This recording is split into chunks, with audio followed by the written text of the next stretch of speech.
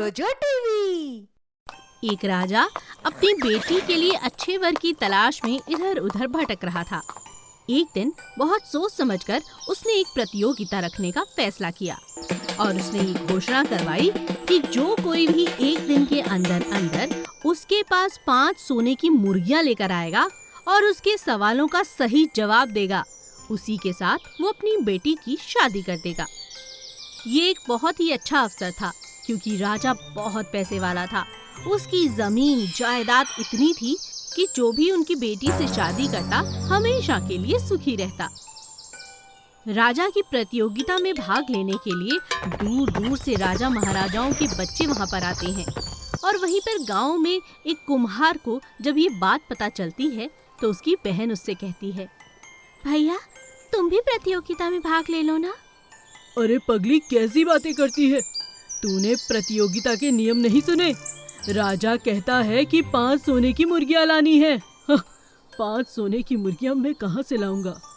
पर हाँ, मैंने एक बार राजकुमारी को देखा है, एकदम संगमरमर जैसी है। पर मेरा भाग्य ऐसा नहीं कि मैं उसे अपनी धर्मपत्नी बना सकूं बहन। अरे भैया, तुम तो कितने समझदार हो, कुछ सोचो, ये अवसर यूं ही हाथ से चला जाएगा। अपनी बहन के कहने पर चंदन रात भर सोचता रहता है और उठकर बैठ जाता है। वो अपने हाथ से छोटी छोटी मुर्गियां बनाने लगता है। धीरे धीरे वो उनका आकार बड़ा करने लगता है। वो 5 विशाल मुर्गियां सुबह तक बना लेता है और उन पर सोने के रंग जैसा रंग भर देता है।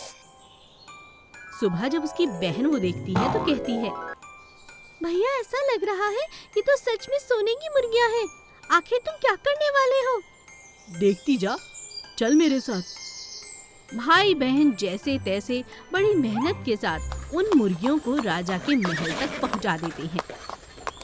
राजा यह देखकर हैरान था कि कुम्हार की इतनी हिम्मत कि वो राजकुमारी के साथ शादी करना चाहे। फिर भी अवसर तो अवसर होता है। तो राजा सवाल लेकर चंदन के पास पहुंचता है और कहता है, ये मुर्गियां तुमने बनाई हैं? जी महाराज, मैंने बनाई हैं। मैं एक कुम्हार हूँ, मेरा नाम चंदन है, मैं इसी गांव में रहता हूँ। अच्छा। राजा अपना पहला सवाल पूछता है, मैंने तो 5 सोने की मुर्गियां मंगवाई थी, तुम ये मिट्टी की मुर्गियां लेकर आए हो, इस बारे में तुम्हारा क्या कहना है? चंदन राजा को जवाब देता है, महाराज, मुझे तो लगता है कि हमारे देश की मिट्टी और खास तौर पर हमारे गांव की मिट्टी सोने से कम नहीं है महाराज। हमारी मिट्टी बहुत अच्छी है और इस पर सोने का रंग भर दिया है क्योंकि ये रंग सबको प्रिय होता है, भगवान को भी और आपको भी। मुझे नहीं लगता कि मेरी मिट्टी के आगे सोने का कोई भी मूल्य है, इसी कारण मैंने मिट्टी से अपनी मुर्गियों को बनाया है महाराज। राजा चंदन की बात से बहुत प्रभावित हुए। उन्हें अभी तक इस तरह का एक भी जवाब अच्छी तरह से नहीं मिला था। उन्होंने अपनी बेटी की शादी चंदन से कर दी और यह सब देखते ही रह गए। अब चंदन बहुत खुश था। वो उसी गांव का अब राजा बन चुका था जिस गांव का वो कभी कुम्हार हुआ करता था। इसीलिए कहते हैं, अवसर पर अपनी बुद्धिमानी से काफी चीजें अच्छी की जा सकती हैं। सोने का मगरमच्छ का अंडा। तालाब में बड़े बड़े मगरमच्छ रहा करते थे। उसी तालाब में एक जल परी भी रहा करती थी। मगरमच्छ जल परियों का हमेशा ख्याल रखते थे, कभी उन्हें कोई परेशानी नहीं होने देते थे। साथ ही परियां भी इस बात का बहुत ध्यान रखती थीं कि कभी भी उनके कारण किसी भी मगरमच्छ को कोई परेशानी ना हो। एक दिन एक छोटा मगरमच्छ अपनी माँ के साथ बैठा हुआ था। उसकी माँ अंडे दे रही थी, लेकिन माँ बहुत उदास थी। बच्चे ने अपनी माँ से पूछा, माँ क्या बात है, तुम बहुत परेशान हो? इन अंडों से मेरे छोटे भाई बहन आने वाले हैं ना बाहर। गर्भवती माँ अपने बेटे से कहती है, हाँ बेटा, तू बिल्कुल ठीक कहता है, लेकिन मेरी चिंता दिन प्रतिदिन बढ़ती ही जा रही है। इस जंगल में आए दिन ऐसी बहुत बुरी बुरी वारदातें होती हैं। कहीं किसी ने हमारे अंडे चुरा लिए, तोड़ दिए या उन पर हमला कर दिया तो क्या होगा? मुझे बहुत डर खाए जा रहा है। ना धरती पर रह पा रही हूँ न पानी में। अब तो भगवान ही कोई चमत्कार दिखाए। मैं अपने बच्चों को इस तरह हमेशा नहीं खो सकती। पिछली 2 बार से मेरे अंडे हमेशा किसी न किसी वारदात का शिकार होते आए हैं। माँ बेटे की ये बात जल में रहने वाली परी सुन लेती है। परी तुरंत बाहर आती है और मगरमच्छ की माँ से कहती है, अरे अरे, इतनी बड़ी बात और तुमने मुझे नहीं बताई? ये कब हुआ? ये कैसे हुआ? हम परियों के इस जल में रहते हुए तुम लोगों के साथ कुछ भी छल नहीं हो सकता। तुम्हें बिल्कुल भी चिंता करने की जरूरत नहीं है बहन। मैं जादू से तुम्हारे अंडों का रंग बदल दूंगी और ये सोने के मजबूत अंडे बन जाएंगे, जिन्हें उठाना नामुमकिन होगा। और जैसे ही इनका समय आएगा, ये अंडों से बच्चे बाहर निकल आएंगे, और वो भी बिल्कुल सुरक्षित। क्या ऐसा हो सकता है? क्या तुम्हारे पास ऐसा जादू है परी? मगरमच्छ की माँ परी से पूछती है। तब परी जवाब देती है, हाँ हाँ बिल्कुल। अगर पहले बताया होता तो 2 बार जो बुरा अनुभव तुम्हारे साथ हुआ है वो भी ना होता। तभी मगरमच्छ अपने अंडे परी को दिखाती है। परी अपनी छड़ी घुमाती है और अंडे सुनहरे रंग के हो जाते हैं और वो इतने भारी हो जाते हैं कि उन्हें उठाना नामुमकिन था। अब आराम से मगरमच्छ और उसकी माँ पानी में रहने लगे।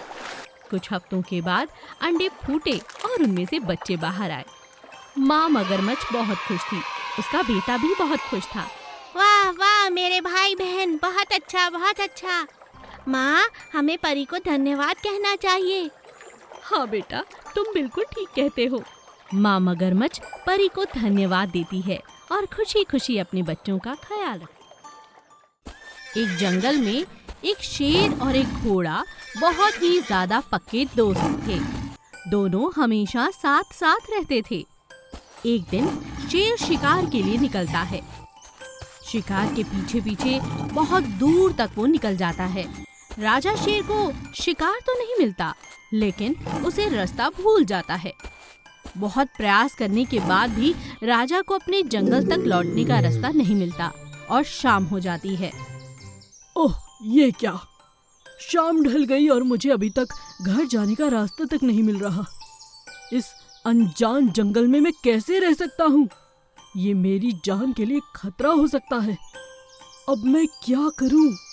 राजा शेर अपनी जान बचाने के लिए इधर उधर छुपने की कोशिश करता है, मगर जैसे ही उसकी आंख लगती है, एक शिकारी उसका शिकार कर लेता है और उसे बड़े से जाल में डालकर अपने साथ घसीटना शुरू कर देता है।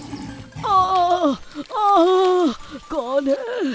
अरे शिकारी, ये तो मुझे शहर ले जाएगा।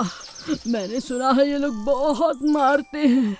अरे मेरे दोस्त, तुम कहाँ हो? घोड़े, जल्दी आओ, मेरी मदद करो। शेर जोर जोर से चिल्ला चिल्ला कर अपने दोस्त को पुकार रहा था, लेकिन घोड़े को क्या पता था कि उसका दोस्त इस हालत में है।